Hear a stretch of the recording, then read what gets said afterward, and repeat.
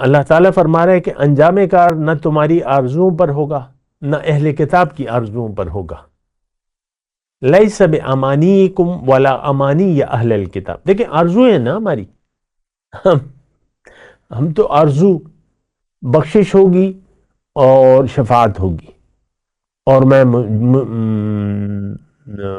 وہ امتی ہوں اور جنتی ہوں. یہ ہماری آرزویں ہیں، یہ ہمارے خیال ہیں. ہم سب دیکھیں اس وقت میں اسی معاشرے میں آپ کے ساتھ ہی پلا بڑا ہوں، اور مجھے لوگوں کی ذہنیت کا پتہ ہے، لوگ کیا باتیں کر رہے ہیں، لوگ کس نیت سے زندگی گزار رہے ہیں، کس خیال سے. لوگوں کا خیال ہے کہ بس میں نے کلمہ پڑھا ہوا ہے اور جنت کا میں ٹھیکیدار ہوں.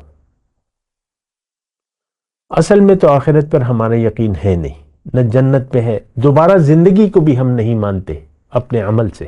یہ بھی میں آپ کو بات بتا دوں، کوئی دوبارہ زندگی نہیں ہے.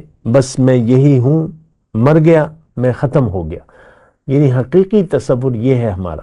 اب باقی تو امیدیں ہیں، آرزو ہیں، دعوے ہیں. آپ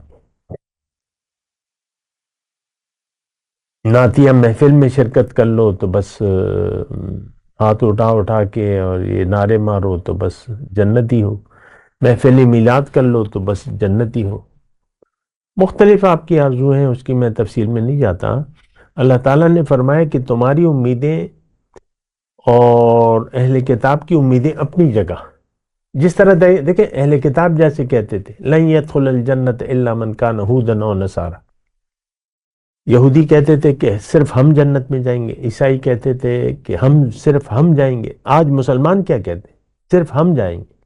ہاں یہ بات سچ ہے کہ صرف مومن جنت میں جائے گا، لیکن آپ تو مومن نہیں ہیں. آپ کا رویہ تو باغیانہ ہے، مشرکانہ ہے، کافرانہ ہے.